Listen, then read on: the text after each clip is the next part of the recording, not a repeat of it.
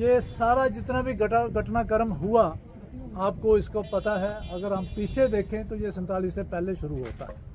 अभी पिछले दिनों हम असेंबली में थे, आप सब ने देखा होगा 1931 की बात हुई, उसके बाद 1947 की बात हुई। तो अभी जो नवीनतम घटनाक्रम हुआ है 22 अप्रैल को आपको ज्ञात है कि हमारे 26 जो नागरिक हैं उनमें एक विदेशी भी था। पहलगाम में जो छुट्टियां मनाने गए हुए थे, निहत्थे थे, उनको पाकिस्तान की शय पे आतंकवादियों ने, टेररिस्ट ने धर्म पूछ के उनकी मृत्यु की, उनकी बगैर बंदूक के हैं, यहाँ के नागरिक हैं, निहत्थे हैं। लेकिन आर्मी का, इंडियन आर्मी का, हमारी भारतीय आर्मी का हौसला जो है वो बढ़ता है। और वैसे ही हमारे इंडियन एयरफोर्स का भी हौसला बढ़ता है कि इस सीमा की सुरक्षा करना हमारा कर्तव्य है। और वो कार्य बखूबी हमारे लोगों ने जो है वो निभाया। सुरक्षा बल के लोग शहीद हुए थे। पार्टी की हमारी कार्यकारिणी थी, मुझे कार्यकारिणी में जाने का मौका मिला था, हम लोग वहां थे। एकाएक ये वाकया हुआ और देश के प्रधानमंत्री जी ने अपने भाषण में वहां कहा था कि ये शहादतें बेकार नहीं जाएंगी। हमें भी बड़ा ताजुब लग रहा था कि कैसे हम लोग ये कर पाएंगे, क्योंकि टेररिज्म जो था उस वक्त चरम सीमा के ऊपर था।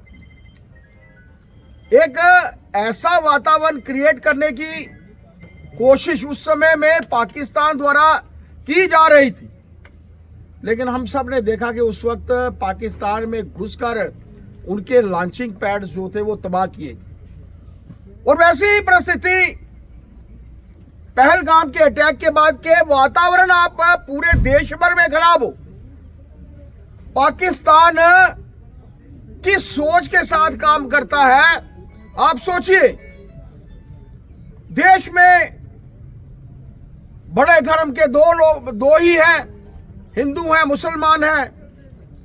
ये आपस में कैसे लड़ पाए, कैसे लड़े, इसकी जो थी नींव रखने की कोशिश पहलगाम के इस हत्याकांड के, जिसमें हमारे 26 लोग जो थे वो शहीद हुए, इसकी रखी गई थी कि देश भर में कत्लो गैरत हो, देश भर का वातावरण खराब हो। और जो डिजाइन उन्होंने अपना तैयार किया था, आप सोचिए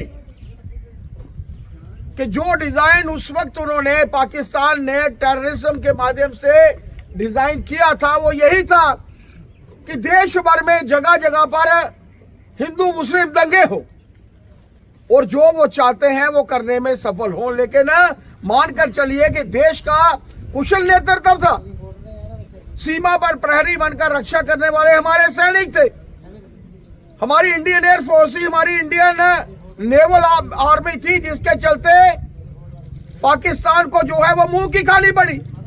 मैं देख रहा था कि आप में से कोई भी अपनी सीमा छोड़कर जो है वो पीछे नहीं गया। और बिल्कुल ठीक कहा गया कि सीमा की सुरक्षा की रक्षा करते हुए हमारे जो सैनिक होते हैं, उनको भी जब लगता है कि हमारे गांव जो हैं वो भरे पड़े हैं, लोग यहीं पर हैं, तो उनको एक हौसला मिलता है। और ये मानकर चलिए कि आज जिस तरीके से देश के प्रधानमंत्री जी ने अपने 22 मिनट के भाषण में कहा था कि अगर आप लोग ट्रेड चाहते हैं तो टेररिज्म नहीं चलेगा, अगर आप लोग टूरिज्म चाहते हैं तो टेररिज्म नहीं चलेगा, और अगर आप लोग चाहते हैं कि आतंकवादी भेजकर हम यहां खून बहाएं, तो ये मानकर चलिए कि पानी की एक बूंद भी जो है हमारे दरियाओं में से उनको जो है वो नहीं मिलेगी। शायद यही कारण है कि आज पाकिस्तान जो है पूरे विश्व भर में, और जिस तरीके से एक मेंबर पार्लियामेंट्स का अलग अलग से डेलीगेशंस जो हैं पूरे विश्व भर के अलग अलग देशों में, 43 देशों में हमारे ये डेलीगेशंस जो है वो जा रहे हैं। क्यों? ये बताने के लिए कि पाकिस्तान का नफेरियस डिजाइन क्या था कि देश में हिंदू और मुसलमान दंगा हो, और जो वो चाहते हैं वो करें। लेकिन एक बात मानकर चलिए कि जैसे मैंने आप लोगों को पहले भी कहा, कुशल नेतृत्व देश भर में और कुशल नेतृत्व रविंदर रैना जी के माध्यम से आप हमारे इस क्षेत्र में, जिस क्षेत्र को ये रिप्रेजेंट करते हैं, जब तक ये लोग, हमारे ये लोग जो आप लोगों के मध्य में रहेंगे और आप सीमा के साथ खड़े रहेंगे, तो ये मानकर चलिए कि हमारी फोर्सेस जो हैं हमेशा से सीमा के पार ही जाएंगी। सीमा से पीछे उनको लाने वाला कोई नहीं होगा। बहुत अच्छा लगा।